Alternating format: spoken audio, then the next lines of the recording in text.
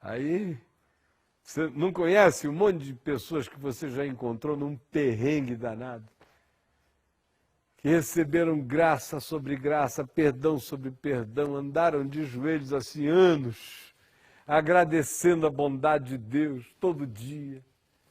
Aí, de repente, você fica um ano e meio sem encontrar o sujeito, ele esqueceu de quanto perdão recebeu, quanta inclusividade, quanta bondade, quanto silêncio, quanta bobagem ele falou sem ninguém ficar reparando, quanto silêncio obsequioso, mesmo esperando a graça de Deus trabalhar no coração dele. Esqueceu de tudo, vira um cara explosivo, corrigindo todo mundo, chicoteando tudo, e você olha e diz, meu Deus, eu estava lá, eu é que limpei a bunda desse cara o tempo todo.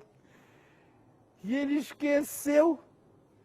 E está hoje aqui vendedor de fraldas para todo mundo. E fazendo propaganda de como ele é o melhor limpador de bunda do planeta. Agora me digam se não é um surto facinho de entrar na gente. Muito fácil. A gente não guardar.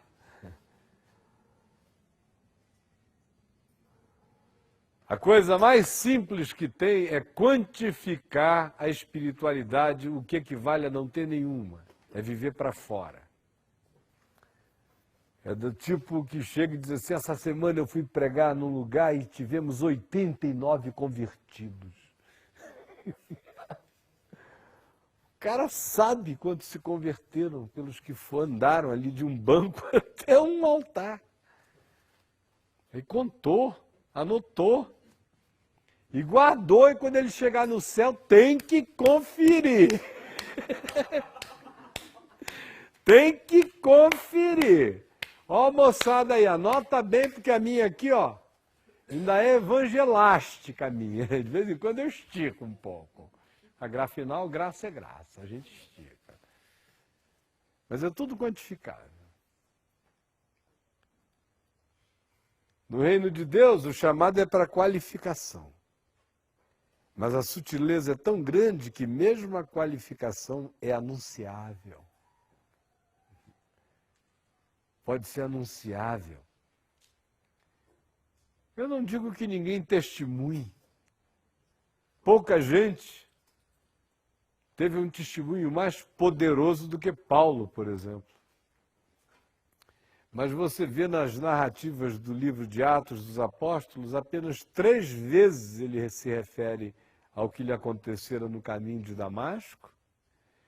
Escrevendo as cartas dele, ele se refere 4 ou 5 vezes usando imagens, metáforas, para designar o que tinha acontecido com ele.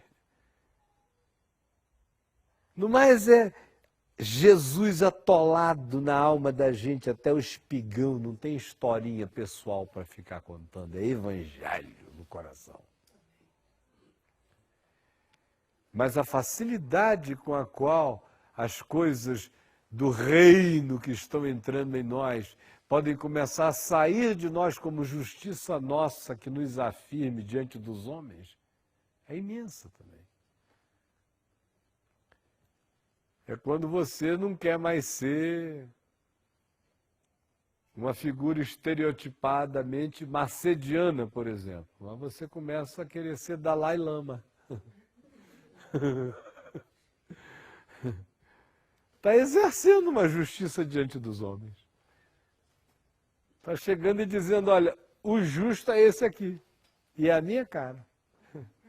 E quem quiser, me siga. E quem não for a minha imagem e semelhança está fora. Isso é exercer a sua justiça diante dos homens, ainda que seja em nome das melhores coisas e das melhores causas. Guardai-vos de exercê-las diante dos homens. Há um limite. Eu disse há pouco que não nos esquecêssemos da questão do si mesmo e do ego. Lembram? Porque o não guardar-se de exercer a nossa própria justiça diante dos homens produz o si mesmo. E o exceder a nossa justiça em relação aos escribas e fariseus, que é um inceder qualificante para dentro, é o que constrói o eu. De modo que a gente está o tempo todo nessa viagem tão sutil do eu virar a si mesmo. Se a gente deixa a qualificação da justiça que excede a dos escribas e fariseus crescer, expandindo a nossa consciência e nos remetendo para um lugar secreto de vida com Deus, que não esconde a verdade de Deus, porque ela aparece como fruto na vida da gente, não como propaganda da existência da gente. Mas se a gente vive isso, tudo brota. Por outro lado, a gente tem que tomar cuidado para que as exasperações, os cansaços, as impaciências, as não compreensões façam com que nós nos tornemos pessoas que pontuemos as nossas bondades, as nossas justiças, os nossos perdões, as nossas supostas compreensões, as nossas justiças, as nossas certezas. Isso é um diabo, a gente não tem ideia de como isso é um diabo.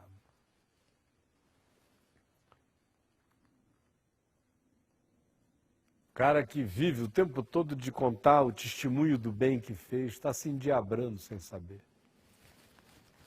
Desde que as suas obras precedam você, contem a sua história se tiverem que contar alguma. Mas você mesmo, nenhuma. Nenhuma. Coisa mais legal, por exemplo, depois da morte do meu pai, foi a gente descobrindo as dezenas de pessoas que começaram a chegar lá em casa. Fiquei mais um mês lá depois da morte dele. E atendia tanta gente que foi lá depois. Me contar as histórias proibidas. Já que teu pai está morto, eu vim aqui te contar uma coisa. Rapaz, eu estava numa situação assim. Aí tem um bichinho aqui em mim. Eu estava numa situação assim. Coitadinho, morreu. Estava numa situação tal.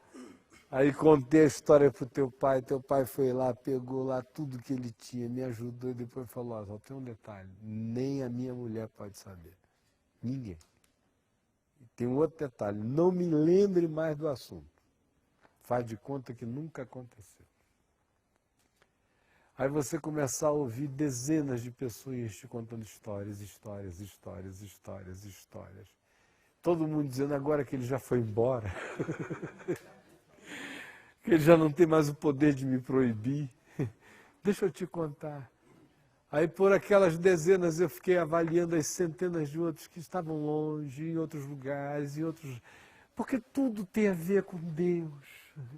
É tudo para a glória de Deus e Jesus diz, guardai-vos. Porque a beleza está em guardar isso como um tesouro. Quando a gente guarda isso como um tesouro, isso qualifica o nosso eu. Isso tira a jactância da gente, tira a arrogância, tira a justiça própria, tira o espírito propagandista da gente, tira o oliveto da gente, tira a vontade de se vender. Tira tudo isso. Essas coisas da gente. Tira um Donald Trump que existe em todo mundo. Mesmo nos mais piedosos. Vou fazer uma torre de piedade para mim, uma torre de oração, já que não é de marfim. Mas faz.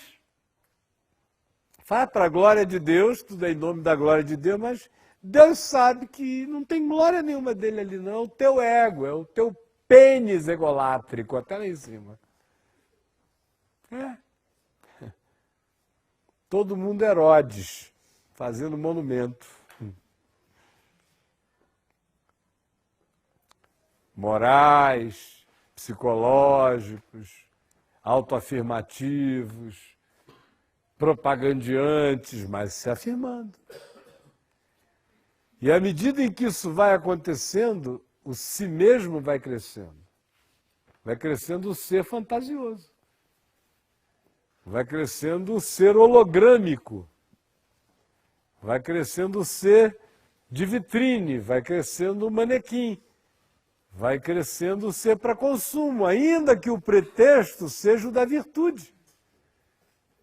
Ainda que o que você esteja vendendo sejam bondades, e bondades, e bondades, e histórias de bondades. Mas você vai se perdendo de você, seu eu vai morrendo, vai surgindo o tótem, o fetiche, o ídolo. E você se torna semelhante ao ídolo, diz o Salmo 115. Você vai se pedrando. Você vai se divorciando da verdade do sim, sim, não, não, e vai passando a viver do templo, do sagrado, do juramento, da aparência.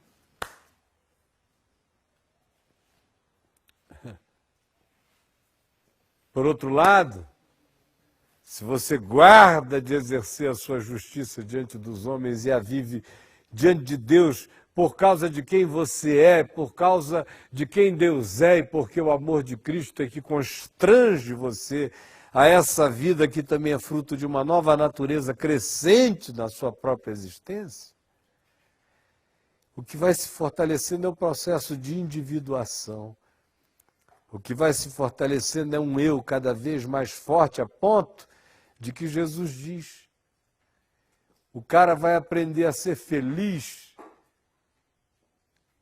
humilde, aprendendo todo dia. A felicidade dele é saber que ele não sabe tudo.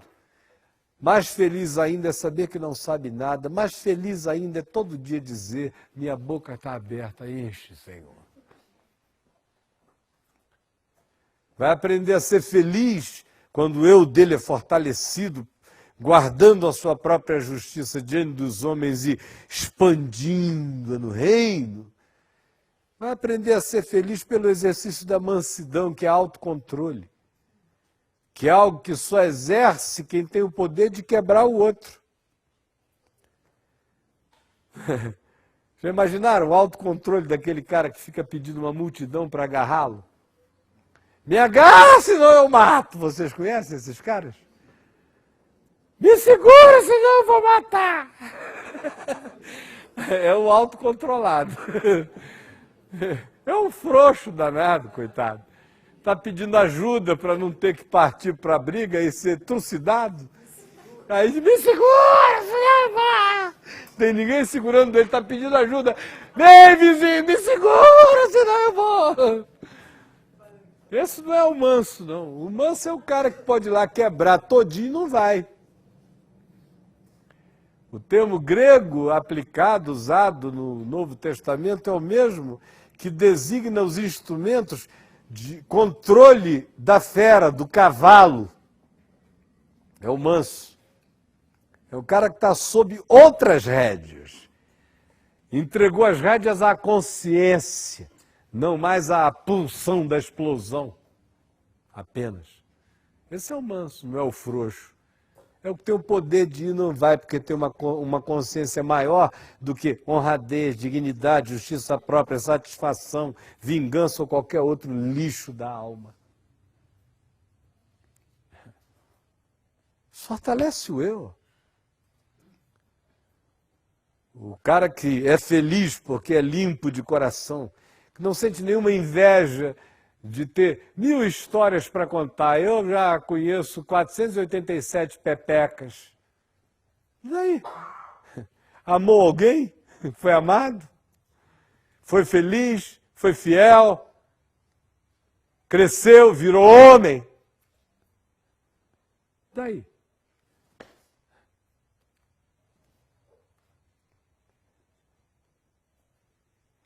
Um eu é formado por consciência de significado. de verdade, de relacionalidade. Reformado é contra a opinião dos outros, frequentemente. Está todo mundo dizendo, não se mete nisso não, mas você tem fome e sede de justiça e diz, se fosse uma causa minha, eu não me defenderia, mas como é dos outros, eu vou dizer. O risco é meu, mas eu digo, isso não está certo.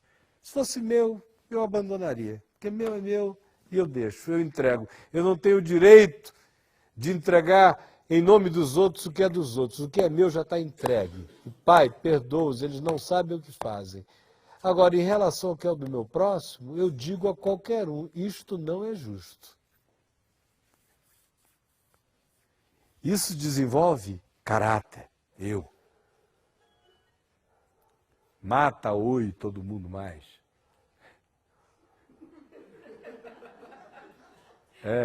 Tchau, oi.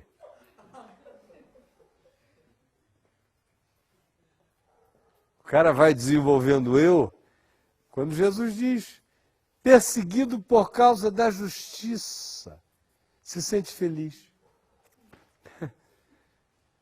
Porque tem uma consciência maior do que os homens chamam de justiça. Ele sabe o que é justo em Deus. É filho do Evangelho. Então não tem reclamações a fazer. Não tem lamúrias a abrir. E quando a perseguição é por causa do Evangelho, aí é que ele sai saltando como um bezerro, se regozijando, porque grande é o galardão nos céus, porque assim perseguiram os profetas que viveram antes de vós. Isso forja caráter. Agora, exercer a justiça diante dos homens gera fanfarrice, arrogância, estereótipo, falsa espiritualidade, mascaramento, hipocrisia, porque é tudo gestão para consumo.